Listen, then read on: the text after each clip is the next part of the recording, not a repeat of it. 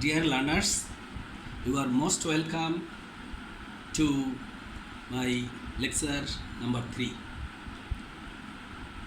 Today I will discuss about English first paper, and it is applicable for class 9, 10, 11, 12. Lecture number 3. I am Professor Harunur Rashid, college coordinator. My point is graph or chart on coronavirus. This is prepared on the present perspective, so you will be much more benefited. This item is very important not only for your internal exams but also for board examination. Look at page number 1. According to board question, look at I-10. According to board question number 10, you will see that there is a question on graph or chart. I read out the question. Question number 10. The graph below shows the number of infections and deaths of coronavirus or COVID-19 infected persons in Bangladesh from 24 June to 30 June 2020. Describe the graph in at least 80 words. You should highlight the information and report the main features. This is the question. On this question, you will see a graph, picture of a graph, and you will describe it. And this will carry 10 marks. Now, look at page number 2.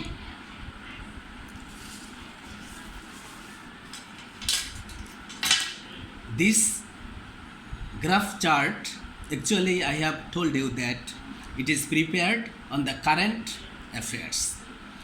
Dear learners, you know very well that graph chart likhte hole you have to know and follow certain rules. এই রুলসগুলো follow করে লিখলে you can get 8 marks or 10 marks or 9 marks out of 10. Many students don't know it, and so they do not get full marks, and you must have to know it.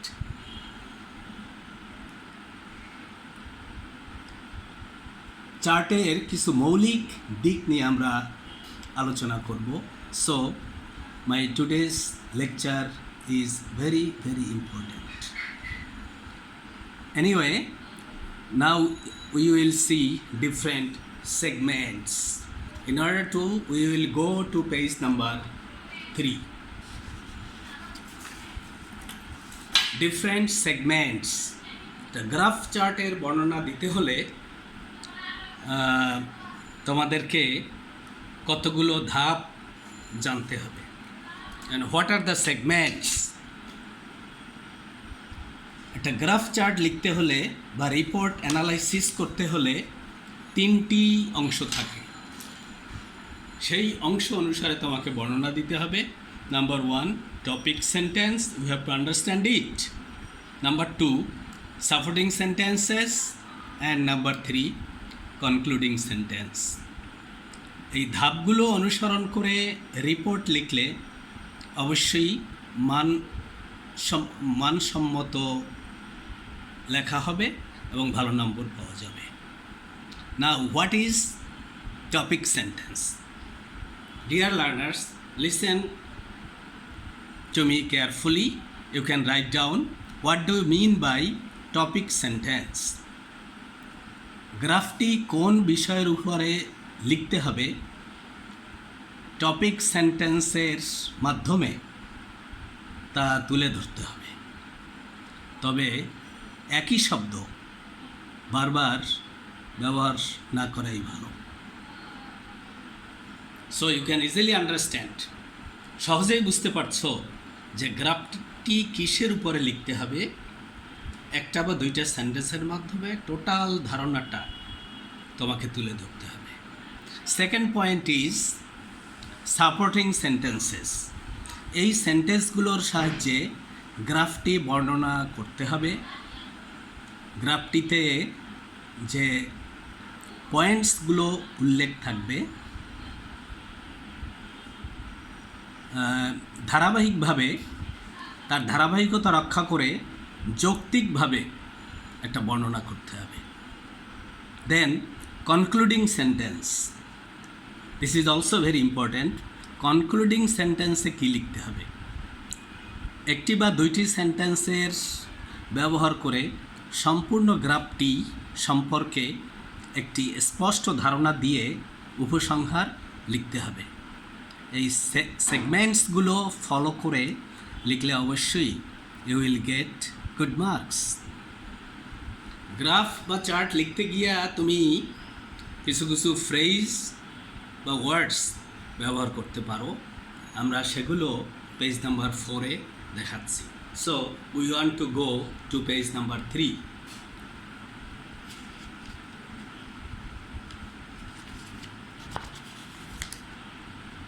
Dear learners, look at this.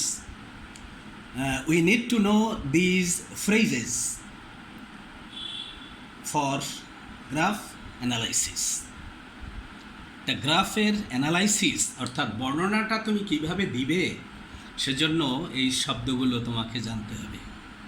যেমন গ্রাফের মধ্যে হয়তো কোনো কোনো গ্রাফের সংখ্যাগুলো এমনভাবে আছে সেখানে আপওয়ার্ড বর্ণনা দিতে হবে। সেই আপওয়ার্ড বর্ণনা দিতে গিয়ে তুমি লিখতে পারো রোজ 2, increased 2, went up 2, climbed 2, বুমড 2। Middle অংশে দেখতে পাচ্ছি ডাউনওয়ার্ড ট্রেন্ড। তো ডাউনওয়ার্ড ট্রেন্ডে কী থাকে, গ্রাফ চার্টে কখনো দেখা যায় কোনো কোনো সংখ্যা উপরে আছে, তারপরে দেখা যায় আস্তে আস্তে নিচের দিকে নামছে। সেখানে আমরা কিছু কিছু ওয়ার্ডস আর ফ্রেজেস আর ভার্বস ব্যবহার করতে পারি। যেমন fail 2, decline 2, decreased 2, dipped 2, dropped 2, went down 2, স্লাম্পড 2, reduced 2 এগুলো ব্যবহার করা যেতে পারে। লেভেলিং ট্রেন্ড, লেভেলিং ট্রেন্ড এবং ফ্লাকচুয়েশন অনেকটা কাছাকাছি, একই লেভেলে আছে, দেখা যায় খুব সামান্য পরিমাণ পার্থক্য। সেই লেভেলিংয়ের অংশটা বর্ণনা করার জন্য দেখা যায় একটি গ্রাফে যে লেভেলে সংখ্যা উল্লেখ আছে পরবর্তী গ্রাফে একই, সেখানে আমরা লিখতে পারি levelled out at, did not change, remained stable at, remained steady at, stayed constant at, maintained the same level এগুলো লিখতে পারি। আর যদি দেখি এই ফ্লাকচুয়েশনের সময় আমরা কি লিখতে পারি, ফ্লাকচুয়েশন শব্দের অর্থ হচ্ছে ওঠানামা করা, একবার বাড়তি তারপরে কম, আবার বাড়তি তারপরে আবার কম। সেখানে আমরা লিখতে পারি বা এই ফ্রেজগুলো ব্যবহার করতে পারি ফ্লাকচুয়েটেড around or picked at, plateaued at, stood at এগুলো ব্যবহার করে আমরা বর্ণনার সেন্টেন্সগুলো তৈরি করতে পারি। তোমাদেরকে বলেছিলাম যে একটা গ্রাফ দেখাবো তোমাদের, আমরা প্রশ্নটা তোমাদের করেছি সেটা মনে আছে। এখন আমরা পরবর্তী পেজে যাব, পেজ নাম্বার 5। সেখানে উল্লেখ আছে একটা গ্রাফ। গ্রাফটা তোমাদেরকে অন্তত 1 মিনিট খুব ভালোভাবে লক্ষ্য করতে হবে গ্রাফে কী আছে। এখানে 24শে জুন থেকে 30শে জুন পর্যন্ত একটা জরিপ বা স্টাডি রিপোর্ট দেওয়া হয়েছে। এই স্টাডি রিপোর্টে দেখা যায়, আমরা এক নজর যদি তাকাই দেখতে পাচ্ছি যে কখনো উপরে কখনো নিচে, কিন্তু কোনোটাতেই এক লেভেলে আছে এরকম দেখা যাচ্ছে না। তাহলে আমরা এবার বর্ণনা লেখা শুরু করতে পারি। এই গ্রাফটির মধ্যে যে সাদা রেখাটি রয়েছে এটা দ্বারা আমরা বুঝব নাম্বার অফ ইনফেক্টেড পারসনস। কালো লম্বটা, সাদা লম্বটা দ্বারা হচ্ছে নাম্বার অফ ইনফেক্টেড পারসনস, কালো লম্বটা দ্বারা বোঝা যাচ্ছে number of deaths due to corona virus. Now we will go to page number 6.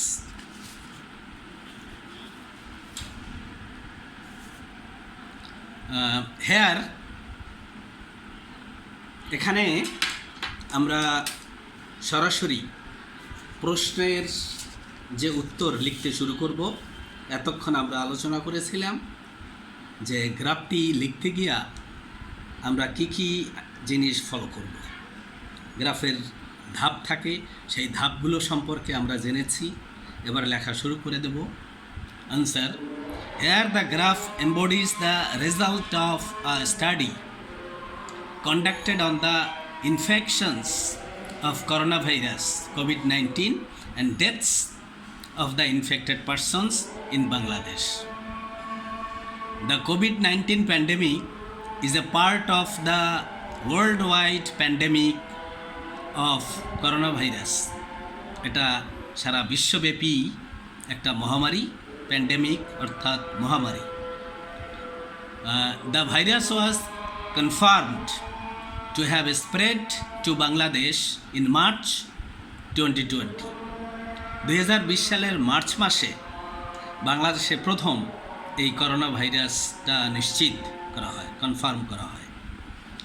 The survey period in this graph or chart ranges from June 24 to June 30, 2020 in Bangladesh. বাংলাদেশে June মাসের 24 তারিখ থেকে June মাসের 30 তারিখ পর্যন্ত জরিপ করে সেই জরিপের ফলাফলটা এই চার্টের মাধ্যমে দেখানো হয়েছে।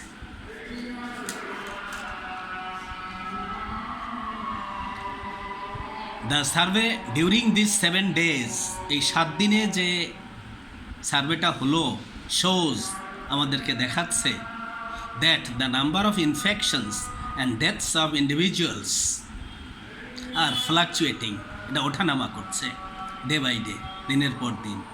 We catch sight of this fluctuation from 24 to 28 June. এই যে ফ্লাকচুয়েশন বা ওঠানামা, একবার বেড়ে যাচ্ছে একবার কমে যাচ্ছে, এই চার্টের মধ্যে দেখা যায় 24শে জুন থেকে 28শে জুন পর্যন্ত সীমাবদ্ধ থাকছে। Again, from June 27, we find an awful picture of the number of deaths that dramatically climbs towards the peak. এখানে আমরা দেখতে পাচ্ছি 27শে জুন থেকে, আমরা আবার গ্রাফটার দিকে তাকাই, 27শে জুন থেকে 30শে জুন পর্যন্ত আমরা একটা ভীতিজনক মৃত্যুর হার দেখতে পাচ্ছি। Look at 27 June. এখানে কালো লম্বটার উপরিভাগে আমরা দেখতে পাচ্ছি 34, অর্থাৎ 34 জন মানুষ মারা গেছে। পরের দিন আবার বেড়েছে, তারপরের দিন আবার বেড়েছে এবং 30শে জুন চূড়ান্ত পর্যায়ে পৌঁছে গেছে। Now again description. A total new cases of 3,462 have been registered on 24 June. 24শে জুন দেখা যায় 3,462 জন করোনা ভাইরাসে আক্রান্ত বলে ধরা পড়ে as infected, and a total of 37 patients lost their lives. এবং ওই দিন 37 আক্রান্ত ব্যক্তি মারা যায়। Look at the next line. On June 25, 25শে জুন আমরা কি দেখতে পাচ্ছি? You can see the graph. 25শে জুন আমরা দেখতে পাচ্ছি 3,946। এই সংখ্যাটা হচ্ছে করোনা ভাইরাসে আক্রান্ত মানুষের সংখ্যা ধরা পড়েছে, এবং ওই দিন 39 ডেথস। দ্যাট মিন্স 39 পিপল ওই দিন মারা যায়।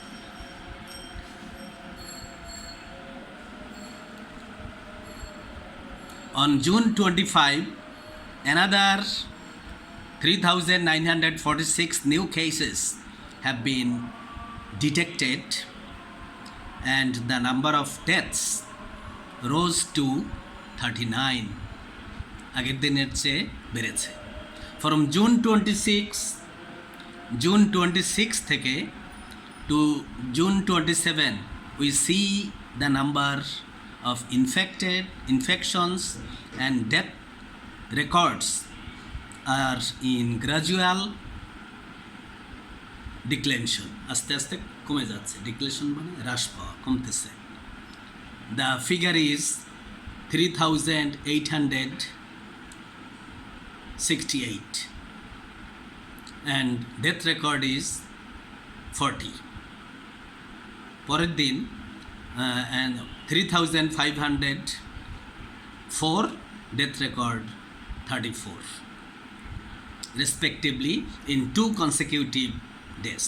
পরপর 2 দিন, কনসিকিউটিভ পরপর 2 দিনের। নেক্সট যদি আমরা লক্ষ্য করি পরবর্তী লাইন, গ্রাফটার দিকে তোমরা আবার তাকাও, দেখা যাচ্ছে next we see the horrifying picture of the number of deaths climbing upwards. তারপরে দেখতে পাচ্ছি ভীতিজনক একটা চিত্র, মৃত্যুর হার আস্তে আস্তে বেড়ে বেড়ে বেড়ে বেড়ে উপরের দিকে যাচ্ছে। And it reached up to the top 264, এবং এই 7 দিনের মধ্যে সর্বোচ্চ পর্যায়ে অর্থাৎ 64 জন মানুষ মারা গেল অন জুন 30। সিমultaneously, একইভাবে, এই শব্দটাও তোমাদের জানা দরকার, যদিও একটু বানানটা কঠিন হবে, কিন্তু জানতে হবে, এই শব্দটার ব্যবহার তোমাদেরকে শিখতে হবে। সিমultaneously, একইভাবে we see the number of infections are in the state of fluctuation.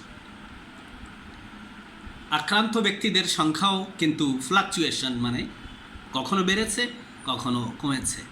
With the booming up of 4,014 on June 29, বাড়তে বাড়তে দেখা যায় জুন 29-এ 4,014 জন পর্যন্ত হয়েছে, এবং আক্রান্ত মানুষের সংখ্যা এই 7 দিনের মধ্যে এটাই ছিল highest. Now we go to page number 7.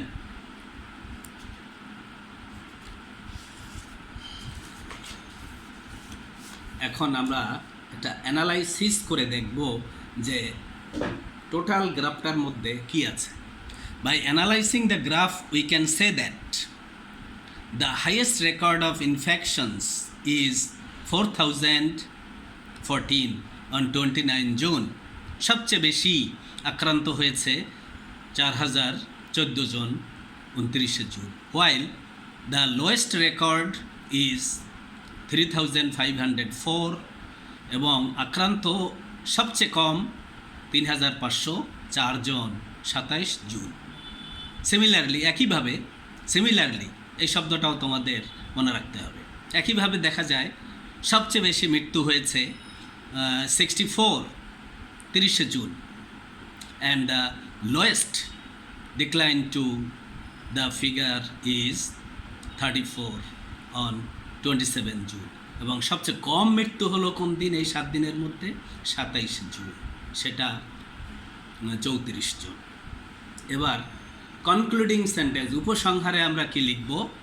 In fine it can be summed up that, উপসংহারে এটা সংক্ষেপে বলা যায় যে the number of infection and death records are in gradual rise and fall position, আক্রান্ত ব্যক্তিদের সংখ্যা এবং মৃত্যুর হার রাইজ অ্যান্ড ফল পজিশন, অন্য ইংলিশে যদি আমরা বলি, it can be said as fluctuating number of infections and number of deaths, এটা কিন্তু ফ্লাকচুয়েশন হচ্ছে।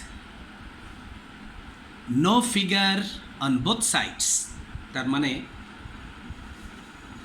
হোয়াইট রেখার মাধ্যমে যেটা দেখানো হয়েছে এবং ব্ল্যাক রেখার মাধ্যমে যেটা দেখানো হয়েছে ইন বোথ সাইডস, এই সংখ্যাটা কখনোই স্ট্যাবল ছিল না, স্ট্যাবল অ্যাট এনি পয়েন্ট, কোনো পয়েন্টে গিয়া এরা একরকম ছিল না। This is the description of the graph according to question. You have already known the question, and this question regarding coronavirus, infections and deaths of coronavirus, this is very, very important for you, for the examinees of 9, 10, 11 and 12. So you will learn it minutely. I think we can conclude today's lecture. We will meet again next day with thank you very much for today. We will meet again with another new item important for exam. Until then, thanks again to all. Stay home and stay safe with family. Thank you very much. Assalamu alaikum.